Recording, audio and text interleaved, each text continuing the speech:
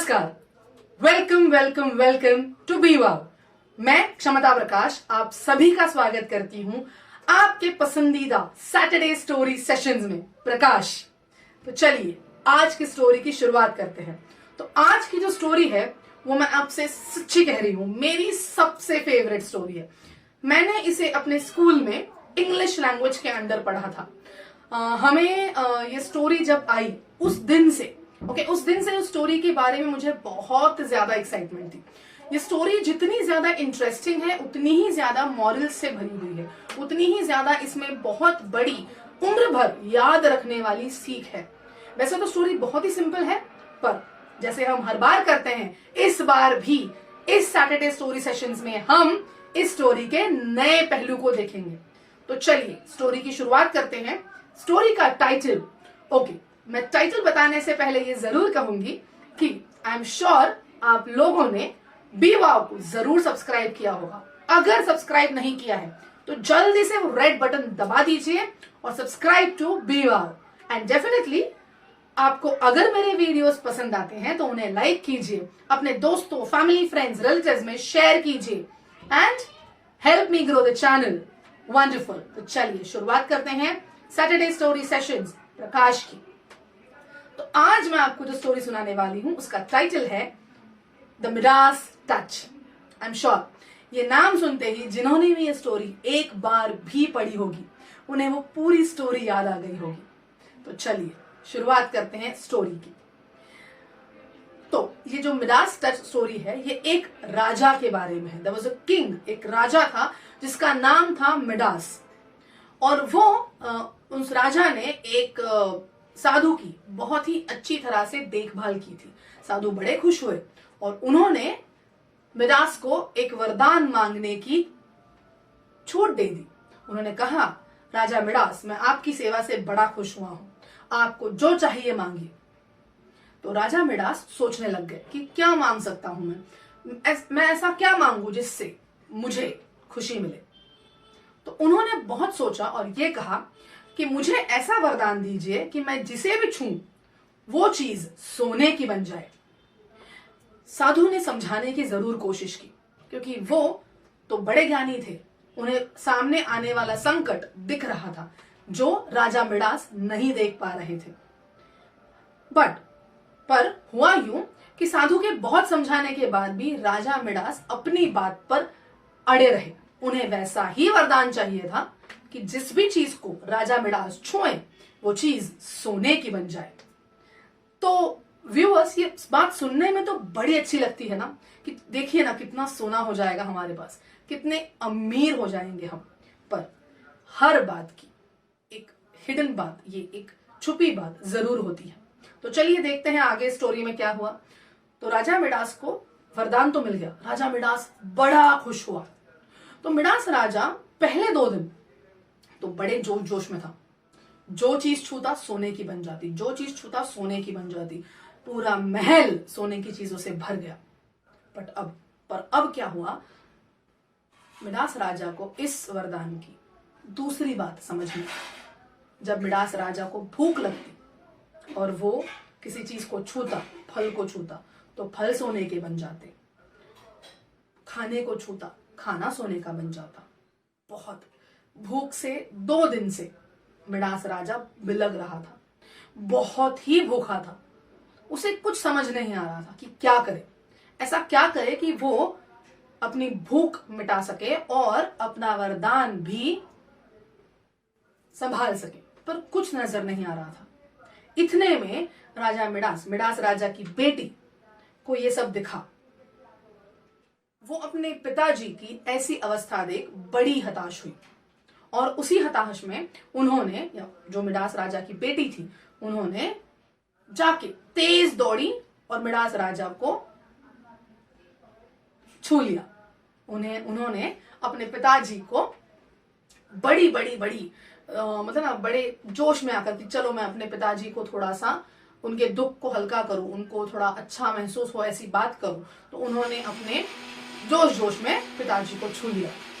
अब देखिए, जैसे ही मिडास राजा का हाथ अपनी बेटी पे पड़ा वो भी सोने की होगी। अब मिडास राजा को अपनी गलती का एहसास हुआ कि मांगने के लिए तो खुशी मांगी थी, मांगने के लिए तो खुशी मांगी थी, पता ही नहीं चला दबे पाव गम कब दस्तक दे गया। तो यही हुआ मिडास राजा के साथ। वो बड़ी ही ज्यादा हाव में आ गए। उन्हें लगा कि सोना मांगेंगे तो खुशी होगी, मैं जिसको छूऊंगा वो सोना बन जाएगा। पर तब उनके दिमाग में यह ख्याल नहीं आया कि छूऊंगा तो सोना बन जाएगा, अरे तो मैं खाना कैसे खाऊंगा, अपनी बेटी से प्यार भरी बातें कैसे करूंगा।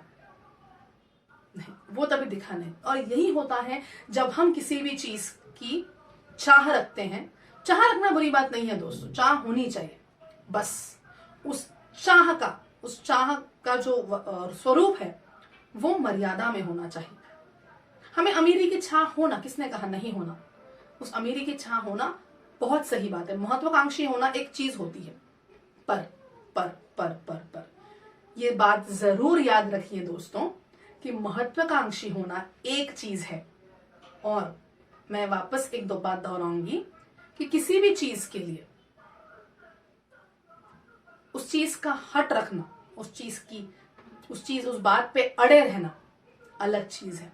इस स्टोरी का हमें जो बचपन में मॉरल बताया गया था वो ये था, ग्रीड इज ऑलवेज डेंजरस।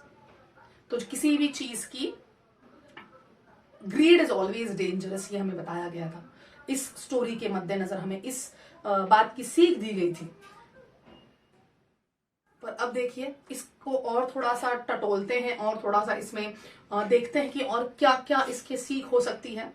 एक तो हम जब भी कोई चीज की इच्छा रखते हैं, हम भगवान के सामने जब भी प्रार्थना करते हैं, हम कोई भी चीज की इच्छा प्रकट करते हैं, हम हमेशा एक दायरे में रहकर सोचते हैं और हमेशा इस बात की पुष्टि करते हैं कि इस चीज से हमें कितना फायदा हो, और उसी दायरे में रहकर हम कोई चीज मांगते हैं। पर जो भगवान होता है, जो ऊपर बैठा हमें देख रहा होता है, उसे हमारे साथ हमारा भविष्य भी पता होता है।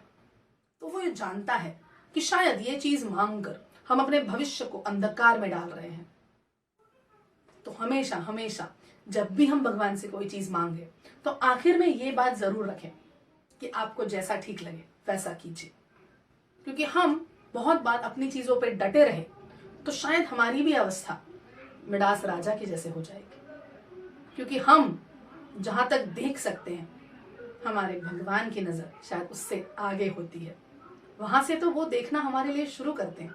अपने ऊपर एक विश्वास रखिए कि आप जो चीज मांग रहे हैं उसने आपके लिए उससे कई गुना ज्यादा बेहतरीन चीज आपके लिए रखी है। बस अपने आप पर विश्वास रखिए, उस पर विश्वास रखिए, वो चीज आपको जरूर मिलेगी। ये मेरा विश्वास है। तो ये एक सीख हो गई। दूसरी सीख क्या थी, चलो फिर से स्टोरी की तरफ दौड़ते हैं। मिडास राजा ने जब ये वरदान मांगा होगा कि मैं जो चीज छूं वो सोना बन जाए, वो तो राजा था ना, उसे प्रजा की हित के लिए कुछ सोचना चाहिए था, पर नहीं। उसने क्या किया, उसने अपने हित का सोचा। तो जब हम कभी भी अपने हित का कुछ सोचते हैं तो हमेशा हमेशा मुंह की ही खाते हैं। मैं ये नहीं कहती कि अपना हित ना देखो, अपना हित देखो, बट पर याद रखिए दोस्तों, अपने हित के साथ हमें ये भी देखना है कि हम जिस समाज में रहते हैं, हम जिसके लिए इस समाज में हैं, तो फिर वो हमारे माँ बाप हो गए, हमारे भाई बहन हो गए, या फिर अगर मेरी उम्र के हैं आप तो हमारे बच्चे हो गए, तो हम उनके लिए भी कुछ अच्छा करना चाहते हैं, या उनके लिए हम कुछ अच्छा करने के लिए इस दुनिया में हैं। तो ये बात मेरी जरूर याद रखिए कि आप अगर अपने लिए कुछ मांगते हैं तो अपने साथ समाज को भी ध्यान रखिए। जिस समाज का आप एक हिस्सा हैं उसको भी ध्यान रखिए। अब चलिए विदा लेती हूँ आपके साथ। सैटरडे स्टोरी सेशंस में सफर यहाँ तक ही। मिलेंगे अगले शनिवार एक नई इंटरेस्टिंग स्टोरी के साथ फिर से सैटरडे स्टोरी सेशंस में। तो आई एम श्योर आपने अब तक तो वीडियो को जरूर लाइक किया होगा, तो जरूर इसे लाइक कीजिए, शेयर कीजिए और ज्यादा से ज्यादा अपने चैनल को सब्सक्राइबर्स कीजिए। चलिए धन्यवाद, मिलते हैं फिर से अगले पेशकश के साथ। Welcome welcome welcome once again to be wow Definitely, I'm sure you have liked, shared, and subscribed the channel. Thank you.